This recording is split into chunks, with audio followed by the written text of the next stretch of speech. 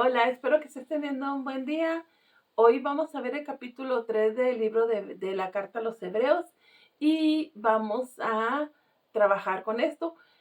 Soy la hermana Rosario Vega de la Iglesia Bautista Betel y formo parte de la Comisión de Estudio Bíblico de la Federación de Femeniles.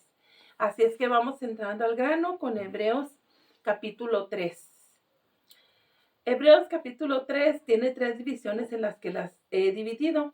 Considerando a Jesús, los versículos 1 y 2, Jesús superior a Moisés, versículos 3 al 6, y la tercera parte, la aplicación del hecho de la superioridad de Jesús sobre Moisés. Ya ustedes con Vero vieron un panorama general. Yo voy a ver un breve repaso nada más en cuanto a esto. Y ese repaso es una breve palabra de exhortación. Es un sermón del primer siglo. Ni siquiera es una carta, ¿verdad? Es un sermón que llegó a ellos, que dirigida a una congregación de cristianos judíos que habían creído y confesado a Jesús como Salvador. Vivían cerca de Roma en la antigua Alejandría. Se cree que posiblemente de allí eran. Allí vivía el mayor número de judíos fuera de Palestina, por eso se cree que estén allí. Sobre el autor es desconocido. No tenemos exactamente quién es el autor. Puede ser Pablo, puede ser Apolos, puede ser Silas y algunos otros, ¿verdad? Bueno, eran un grupo de cristianos que habían pasado por persecución. Ellos, como muchos que fueron dispersándose por sufrir persecución, ya estaban desanimados y querían volverse al judaísmo, y muchos empezaron a volverse al paganismo nuevamente, no solamente al judaísmo, a hacer cosas y actos inmorales. Los 10 primeros capítulos comparan a Jesús con alguien en referencia al Antiguo Testamento. Jesús aún así es superior a todos ellos que se presentan. ¿Cuál es el propósito? Mostrar que Jesús era superior a todos ellos y no hay como Jesús, y animarlos a permanecer fieles a Jesús. Por eso se escribió este sermón a este grupo dirigido, y exhortar a los cristianos a arrepentirse si no lo habían hecho y volverse a Jesús. Si no habían aceptado a Jesús como Salvador, pues los están invitando a volverse a Jesús. ¿Sí? Muy bien. ¿Cuál es el propósito? Mostrar que Jesús es superior a todos ellos. No hay como Jesús. Y animarlos a permanecer fieles a Jesús porque se habían alejado de Jesús. Y exhortarlos a arrepentirse si no lo habían hecho y volverse a Cristo, ¿verdad? Considerando a Jesús, versículos 1 y 2, la primera división. Jesús es superior a Moisés. ¿Y por qué a Moisés? Ya en el panorama que se les presentó, se les dijo por qué, en razón a qué. En la carta generalmente se presenta primero el argumento y luego se presenta una exhortación, pero en este capítulo es al revés. Aquí primero se presenta la exhortación y luego se va a dar el argumento de la misma. Y les llama en los primeros versículos. Yo no voy a estar leyendo el pasaje. Ustedes de antemano tienen que tener su Biblia allí para estar comparando. Yo voy a estar explicando lo que quiere decir. Muy bien. Hermanos santos les llama allí el autor. Y los llama así porque Cristo lo ha hecho por ellos. Él los santificó con su sangre preciosa, ¿verdad? Los ha salvado. Les ha hecho un llamado celestial y la seguridad de Jesús, que hay una vida celestial. Por eso les llama salto. Ahora ya pasó vamos a la exhortación propiamente de este capítulo. Aquí se le dan 3 títulos a Jesús. No sé si los detectaron cuando estuvimos leyendo. Como apóstol, como sumo sacerdote y como Cristo. ¿Por qué se le dan estos tres términos? Por ejemplo, como apóstol en su definición más sencilla, podemos decir que es un enviado. Y había sido enviado, era alguien que había sido enviado de parte de. Era un embajador que lleva el mensaje que anuncia la salvación, que es como un embajador, un emisario, un enviado. Por eso Jesús se le llama apóstol aquí. Y luego, también se le llama sumo sacerdote y Cristo, porque es el mediador entre Dios y los hombres. Es el puente que se coloca entre el hombre y Dios. Cristo es el ungido de Dios, el Mesías profetizado en el Antiguo Testamento. Por eso se le dan estos nombres. Jesús es fiel al llamado de Dios. Lo mismo que Moisés. Moisés construyó una casa para Dios. Cuando estaban en el desierto, construyó el tabernáculo. Qué bien que lo construyó. Pero Jesús es el creador de todo. Él es el que hizo todo el universo. Por eso es superior a Moisés. Moisés y Jesús, allí en el versículo 4. Moisés es muy importante en el Antiguo Testamento. Es uno de los personajes más importantes del Antiguo Testamento. Fue quien recibió la ley, fue el que habló cara a cara con Jesús. Para el pueblo judío es muy importante Moisés, porque construyó la casa de acuerdo con las especificaciones que se le dieron. Se ha leído el libro de Éxodo, de Levítico, ahí se dice tal y tal medida, de tal y tal calidad, de tal y tal madera y animal y todo eso, lo demás, se hace esa especificación. Recibió la revelación directamente de Dios. Fue el que rescató al pueblo de Dios de la esclavitud y lo sacó de Egipto y lo llevó por el desierto, ¿verdad? Por el desierto durante 40 años. Qué paciencia de este hombre. Por eso se le reconoce por la paciencia que tenía, porque era un hombre manso. Lo llevó por el desierto y tiene autoridad y se respeta porque fue fiel a Dios y a lo que se le pidió. Ahora, Jesucristo es superior por dos razones. Primero, porque es el creador del universo, es el creador de todo, es el creador de Moisés, porque ahí en la creación él estaba. Hagamos al hombre. También es el autor de la salvación, porque él dio su sangre por rescate de nosotros. Moisés sí dio su vida y ayudó al pueblo y desgastó y soportó al pueblo, pero Jesús es superior a él.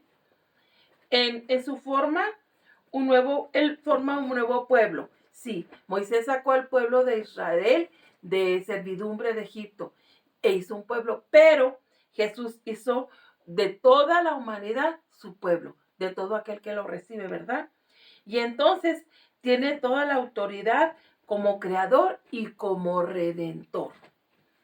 Ahora, ¿por qué decimos que es mayor en autenticidad? Bueno, se presenta a Cristo como el hijo de la casa. Y el hijo de la casa tenía toda la autoridad, tenía todos los privilegios, no así el siervo. Entonces Jesús se presenta como el hijo de la casa. Tiene todos los privilegios que goza el hijo. Para estos cristianos, Moisés es más importante. Sí, en este momento para ellos es más importante. Recuerden que están tristes, que están en persecución y para ellos ahorita están como en una posición de rebeldía, vamos a decir.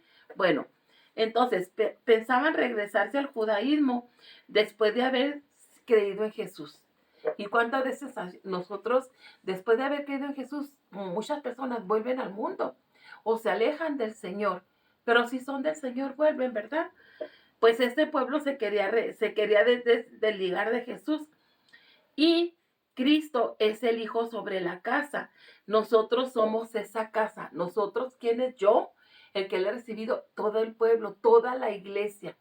Es la casa de Cristo porque nuestro cuerpo es templo del Espíritu Santo. Entonces, sí construyó un tabernáculo Moisés, pero Él es el creador de toda la casa. Él es el heredero, el Hijo, y no es el siervo. Entonces, está animando a seguir fieles a Cristo, a confiar en la esperanza de la vida eterna. No quiere decir que van a perder su salvación. No es la finalidad de esta carta, argumentar sobre la salvación. Eso no es la finalidad. Apela a la fidelidad de ellos para Cristo. Los está haciendo reflexionar, los está animando para que no se alejen del Señor. Vamos a la segunda parte. Un ejemplo de incredulidad y rebeldía. Los tiempos en el desierto fueron realmente difíciles para Moisés. Dice allí el día de la provocación, que se refiere a Números capítulo 20, y de los versículos 12 al 13 y también el Salmo 95 hacen referencia a esto. ¿De qué se trata? Pues fue el momento en que Moisés envió a los 12 espías a explorar la tierra prometida. ¿Se acuerdan que fue Josué y Caleb y otros 10 más? Y en ese momento ellos cuando vinieron de la tierra prometida, durante el tiempo del éxodo, Dios aceptó. Vinieron y dijeron, no, no podemos entrar porque es una tierra que tiene gigantes pero Josué y Caleb fueron reales. Entonces dijeron, sí podemos y vamos a hacerlo, porque ellos estaban confiando en Dios, no en sus fuerzas. Entonces el pueblo no creyó y cayó en incredulidad y Dios se enojó mucho por esta situación, se airó con ellos, se llenó de ira. Entonces Dios no aceptó la incredulidad y pagaron un costo muy alto. ¿Cuál fue ese costo? Haber tenido que navegar por el desierto durante 40 años. Y bien podemos ver la provisión de Dios allí con ellos, pero ellos tuvieron que pagar eso. En esa ocasión se llama. Y si también Moisés fue a Dios y sufrió las consecuencias, ¿por qué? Pues él también fue rebelde en alguna ocasión y en lugar de hablarle a la roca, él le golpeó y por consiguiente no entró a la tierra prometida. Todo lo que hacemos y decidimos, aunque aparentemente en un principio no tiene consecuencias, tarde que temprano vemos el fruto de la desobediencia, de la incredulidad y la rebeldía. Ahora, que si Dios no perdonó a este pueblo, si Dios no perdonó a Moisés, ¿qué nos espera entonces a nosotros? ¿Se ponen a pensar en eso? O sea, si rechazaron a Moisés y si se pusieron en rebeldía con él, y ahora si nosotros nos ponemos en rebeldía, si rechazamos a Jesús, si quedamos en incredulidad, ¿qué nos espera a nosotros? Debemos entonces mantenernos fieles a Cristo y aceptar la salvación. Eso es lo que está haciendo a este autor, ir a este pueblo, hacerle ver que no se deberían de regresar. Ustedes ahorita están en incredulidad, ustedes no están confiando en el Señor, van a pagar las consecuencias y nosotros también. Entonces, el engaño del pecado, y vamos a ver los versículos 11 del 14 y 15. La incredulidad y el pecado son engañosos porque nos hacen pensar que todo está bien, que todo está correcto, pero no es así. Cuando somos incrédulos, no es que dejamos de creer simplemente, empezamos a creer en una mentira y esa mentira viene del diablo. Entonces, es una exposición completa a todas las consecuencias que van a venir. No solamente, no, yo ya no creo, no, yo no creo en esta iglesia, en esos hermanos son unos hipócritas. No es nada más que no creamos, sino que empezamos a creer en una mentira y caeríamos en eso y entonces pagamos consecuencias. La naturaleza del pecado es el engaño en el que nosotros caemos. Entonces, por eso debemos de tener cuidado. Ahora, vamos a otra parte que dice, no es suficiente tener un buen comienzo, porque este pueblo tuvo un buen comienzo. Tanto el pueblo de Israel creyeron a Moisés y le creyeron a Dios y salieron con él, pero fueron reniegue y reniegue y reniegue durante todo, hasta estaban extrañando las cebollas y los ajos que comían allá en Egipto. Ahora, ¿tuvieron un buen comienzo? Sí. Este pueblo a donde Dios está mandando este mensaje de aliento, también tuvieron un buen comienzo, pero no es suficiente. Hay que permanecer. Se presentan algunas preguntas. Por ejemplo, si ustedes leyeron el pasaje en el capítulo 3, se presentan unas preguntas y dice, consideradas retóricas. ¿Por qué? Porque no necesariamente se tienen que contestar. Es una reflexión que ellos tienen que hacer, una introspección del pueblo de Israel para esta situación, ¿verdad? Y el capítulo 4 va a abordar un poco más esto que les estoy hablando. El problema de que el pueblo de Israel no entrara a la tierra prometida fue su incredulidad y su falta de fe. El problema que puede ser para este pueblo que ahorita se le está mandando este mensaje de aliento es que no entre a la vida eterna. ¿A dónde? A la esperanza que tienen de un llamado celestial con el Señor, ¿verdad? Entonces las primeras generaciones perecieron en el desierto, con excepción de Josué y Caleb. Todas las demás perecieron en el desierto. Ahora, no entraron en su reposo. Aquí podemos darle dos semblantes a esta palabra de reposo. Por ejemplo, 11 veces en Hebreos 3 y 4 se habla de ello, ¿qué? De un tiempo de reposo. La clave parecía entrar en el reposo y es creer y obedecerla. Después de haber cruzado el Mar Rojo, terminaron fracasando por no perseverar en la fe y su promesa.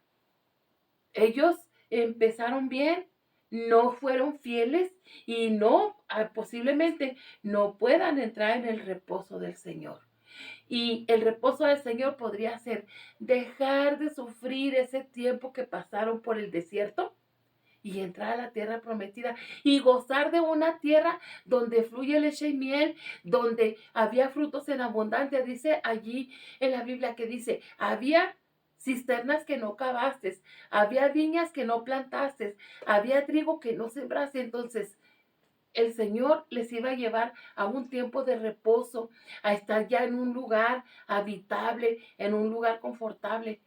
El pueblo al que está dirigido este mensaje está perdiendo la oportunidad de entrar en el reposo del Señor, de ya no estar batallando en este valle de lágrimas que es la vida. Y Él les promete una vida eterna donde todo esto va a suceder. Entonces, esto es lo que trata el capítulo 3. Esto es a lo que nos lleva este mensaje. Cristo es superior a Moisés. Todo esto, hermanas, se los voy a mandar no solamente con el video, sino también a la hermana Vero va a tener este material para que ustedes lo usen para compartirlo en sus congregaciones. De mi parte es todo. Que el Señor les siga bendiciendo y nos vemos en el concurso bíblico de Hebreos.